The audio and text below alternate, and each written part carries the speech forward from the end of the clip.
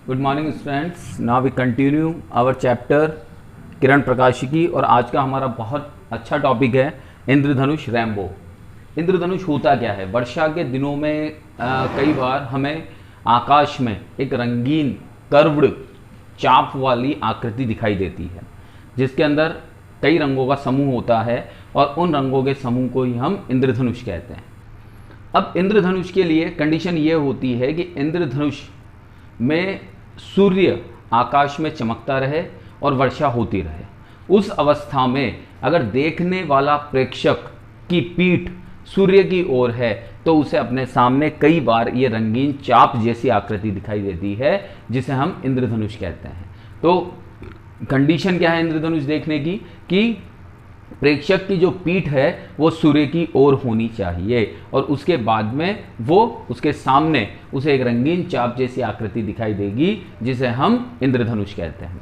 इंद्रधनुष में जनरली होता क्या है? इंद्रधनुष के अंदर अपवर्तन होता है, इंद्रधनुष के अंदर विक्षेपण होता है और इंद्रधनुष के अंदर पूर्ण आंतरिक परावर्तन की घटना भी होती है। तो ये इंद्रधनुष के तीन प्रोसेस हो गए कि अपवर्तन, विक्षेपण और पूर्ण आंतरिक परावर्तन के कारण से इंद्रधनुष बनता है।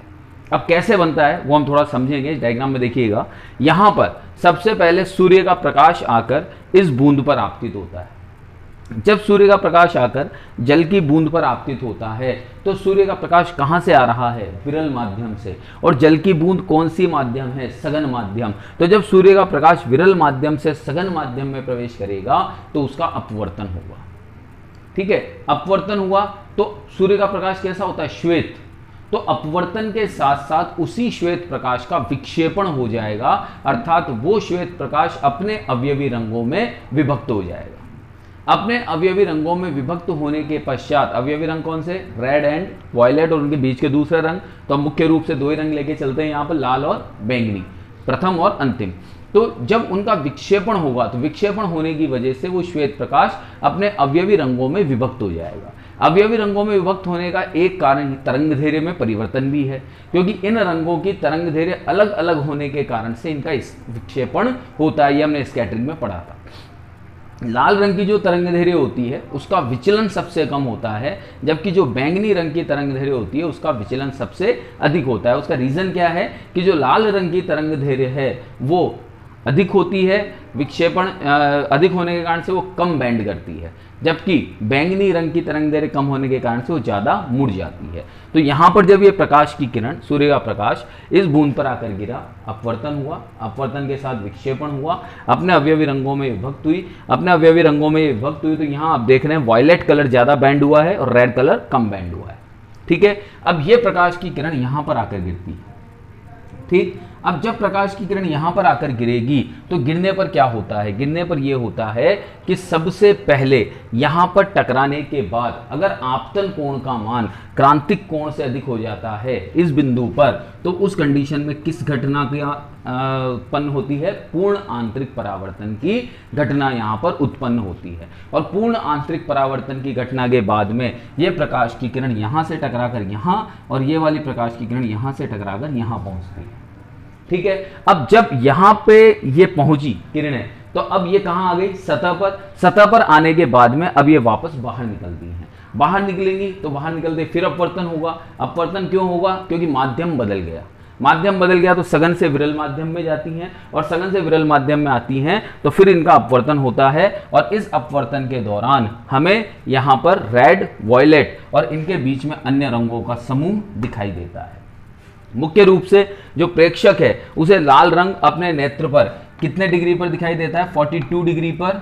और बैंगनी रंग जो होता है वो कितने डिग्री पर दिखाई देता है? 40 डिग्री पर यहां पर विचलित होता हुआ दिखाई देता है। ठीक है, तो यहां पर हम ये कहते हैं कि बैंगनी रंग की किरण तो अपवर्तन के पश्चात 40 डिग्री के कोण पर निर्गत हो जाती है, जबकि जो लाल रंग की किरण होती है वो 42 डिग्री के कोण पर निर्गत होती है। प्रकाश के अन्य रंग इन दोनों रंगों के मध्य उपस्थित होते हैं, अर्थात इनके जो कोण होते हैं वो इन दोनों कोणों के मध्य में पाए जाते हैं। तो ये मुख्य रूप से ये कह सकते हैं हम कि ये सभी रंग जो हैं वो इस 2 डिग्री कोणीय चौड़ाई के मध्य में मिलते हैं। 2 डिग्री कोणीय चौड़ाई क्यों कह रहा हूं मैं, क्योंकि लाल रंग तो 42 डिग्री पर है, बैंगनी रंग 40 डिग्री पर है, तो इस 2 डिग्री कोणीय चौड़ाई के बीच में आपको ये सारे के सारे रंग दिखाई देते हैं। ठीक है, यानी इनका स्पेक्ट्रम प्राप्त होता है। अब यहां पर हम ये कहते हैं कि इंद्रधनुष भी 2 प्रकार के होते हैं। इंद्रधनुष 2 प्रकार के कौन कौन से होते हैं इसको समझते हैं। देखिए,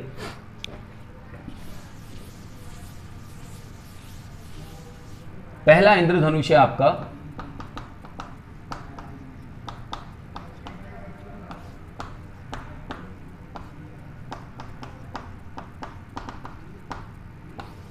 प्राथमिक इंद्रधनुष। तो प्राथमिक इंद्रधनुष होता क्या है, सबसे पहले हम ये समझ लें कि प्राथमिक इंद्रधनुष में होगा क्या। तो प्राथमिक इंद्रधनुष के अंदर अपवर्तन, पूर्ण आंतरिक परावर्तन और पुनः अपवर्तन की घटना होती है। ये इंपॉर्टेंट चीज है। अपवर्तन, पूर्ण आंतरिक परावर्तन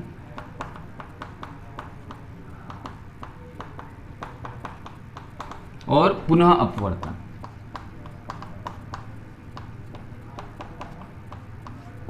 तो यह घटना प्राथमिक इंद्रधनुष के अंदर होती है। यानी प्राथमिक इंद्रधनुष इन 3 प्रक्रियाओं का परिणाम होता है, अपवर्तन, पूर्ण आंतरिक परावर्तन और पुनः अपवर्तन। तो इसके द्वारा प्राथमिक इंद्रधनुष का निर्माण होता है। अब प्राथमिक इंद्रधनुष के निर्माण में क्या होता है, तो प्राथमिक इंद्रधनुष के निर्माण में यह होता है कि जो प्रेक्षक होता है उस प्रेक्षक की आंख पर पहले लाल प्रकाश और उसके नीचे बैंगनी प्रकाश दिखाई देता है। यानी जैसे अगर ये प्रेक्षक है तो इस प्रेक्षक को यहां तो रेड दिखाई देगा और यहां वॉयलेट और बीच में अन्य रंग दिखाई देंगे। यानी उसके लिए जो इंद्रधनुष दिखेगा उस इंद्रधनुष में ऊपरी सतह लाल रंग की होगी और निचली सतह कैसी होगी, बैंगनी रंग की। तो अब इसे हम समझते हैं। देखिएगा इसमें क्या होता है।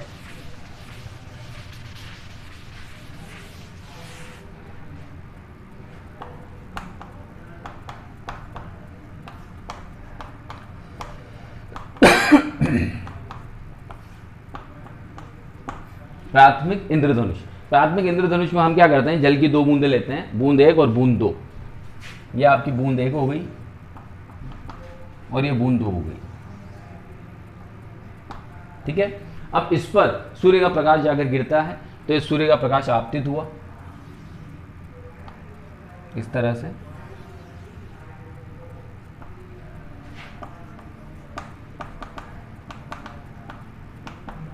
चलिए, सूर्य का प्रकाश जब आपतित हुआ तो इस सतह पर आने के बाद में इस प्रकाश का क्या होगा, अपवर्तन, और अपवर्तन के साथ साथ क्या होगा, विक्षेपण, स्कैटरिंग होगी। स्कैटरिंग होने से यह अपने अवयवी रंगों में विभक्त हो जाएगा। ठीक है, तो सबसे पहले तो इसका हुआ अपवर्तन, ये अपवर्तन। इसी तरह से इसका भी हुआ अपवर्तन, ये अपवर्तन। ठीक है, अपवर्तन के साथ साथ इनका क्या हुआ, विक्षेपण भी हुआ। विक्षेपण के कारण से ये केस में हुआ, अवयवी रंगों में विभक्त हो गए। ठीक है, अब अवयवी रंगों में जब ये विभक्त हुए तो यहां से टकराने के पश्चात, यहां ये टकराने के पश्चात क्रांतिक कोण का मान जो था वो आपतन कोण का मान जो था वो क्रांतिक कोण से अधिक हो गया। अधिक होने की वजह से इनका पूर्ण आंतरिक परावर्तन हुआ।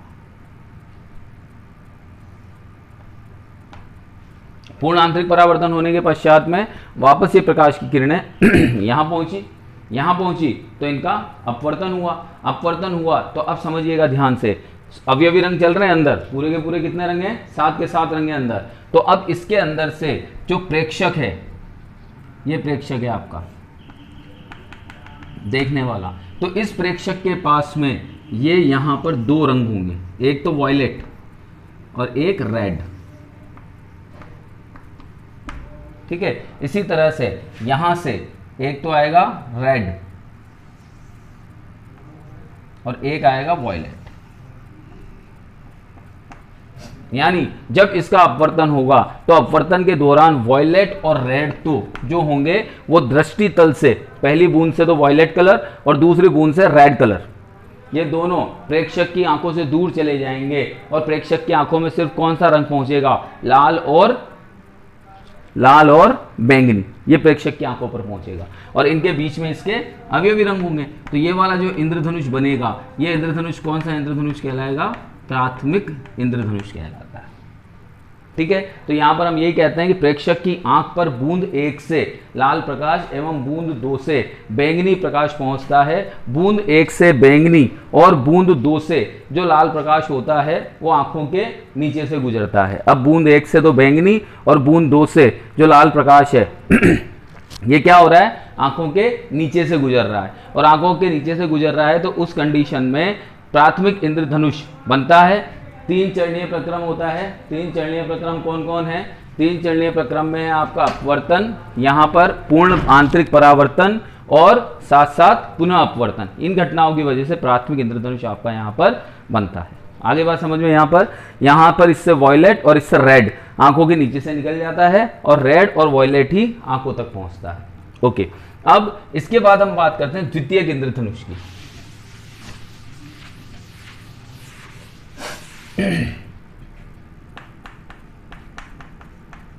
द्वितीयक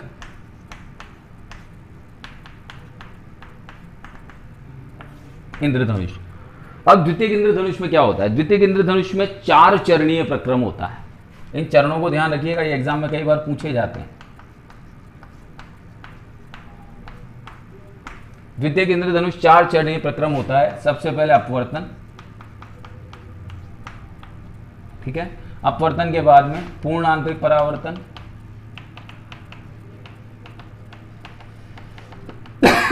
फिर पूर्ण आंतरिक परावर्तन,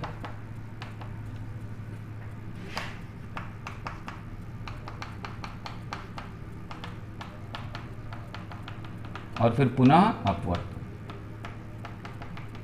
तो ये क्रियाएं होती हैं। तो द्वितीयक इंद्रधनुष 4 चरणीय प्रक्रम होता है, यानी इसके अंदर प्रकाश की किरण का 2 बार पूर्ण आंतरिक परावर्तन होता है। अब कैसे होता है उसको भी हम वापस देखते हैं। भाई जल की 2 बूंदें लेते हैं,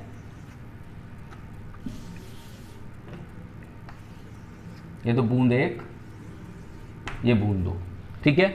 सूर्य का प्रकाश आया, यह आपतित हुआ इस पर,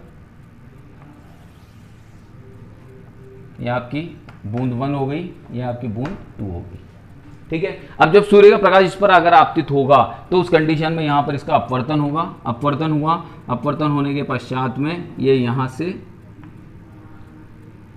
इस पर आकर गिरी, अवयवी रंगों में विभक्त हो गई। पूर्ण आंतरिक परावर्तन हुआ, आपतन कोण का मान क्रांतिक कोण से अधिक, फिर यहां गिरी, फिर आपतन कोण का मान क्रांतिक कोण से अधिक, फिर पूर्ण आंतरिक परावर्तन हुआ, फिर यहां गिरी,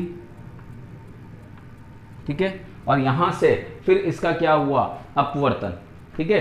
तो यहां से जब इसका अपवर्तन हुआ तो उस कंडीशन में इसको हम थोड़ा सा स्ट्रेट ले लेते हैं, सूर्य के प्रकाश को स्ट्रेट ले लेते हैं, तो उससे बहुत क्लियर समझ में आ जाएगा आपको। ये 2 बूंदें हैं जल की, एक बूंद 1 और बूंद 2, ठीक है। इन पर सूर्य का प्रकाश आपतित हो रहा है, तो इस सूर्य का प्रकाश इस पर आपतित हुआ,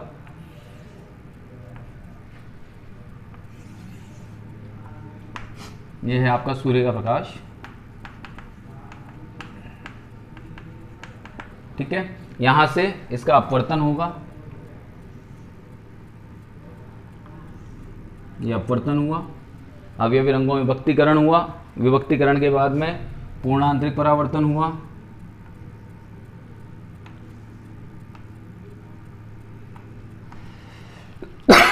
फिर पुनः पूर्ण आंतरिक परावर्तन हुआ, क्योंकि क्रांतिक कोण का मान अधिक आ रहा है आपतन कोण से, तो 2 बार पूर्ण आंतरिक परावर्तन की घटना हुई, और 2 बार पूर्ण आंतरिक परावर्तन के पश्चात ये प्रकाश बाहर निकला। अब जब बाहर निकलेगा तो क्या होगा, अब थोड़ा सा समझने वाली बात है। ये आपका प्रेक्षक है, ठीक है। तो अब जब ये अवयवी रंग तो है ही सही है, ठीक है। तो जब इस प्रेक्षक से प्रकाश बाहर निकलेगा तो यहां से ये 2 किरणों के रूप में निकलेगा,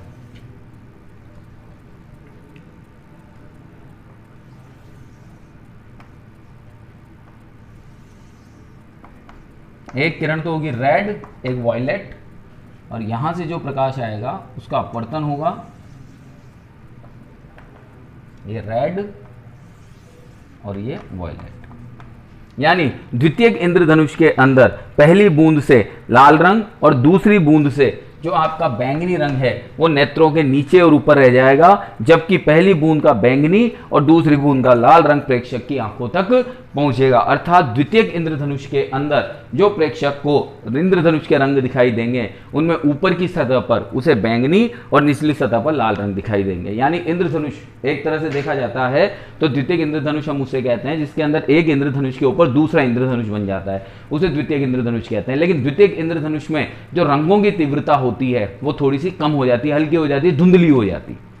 तो कुल मिलाकर हमें दो चीजें याद रखनी है कि प्राथमिक इंद्रधनुष के अंदर तो जो तीन चरणीय प्रक्रिया होती है, अपवर्तन, पूर्ण आंतरिक परावर्तन, पुनः अपवर्तन, जबकि द्वितीयक इंद्रधनुष के अंदर चार चरणीय प्रक्रिया होती है, अपवर्तन, पूर्ण आंतरिक परावर्तन और पुनः अपवर्तन। तो इस प्रकार से यह इंद्रधनुष जो प्रकृति की सबसे अच्छी और सुंदर घटना है वो हमारे सामने परिलक्षित होती है। ओके बेटा, थैंक यू।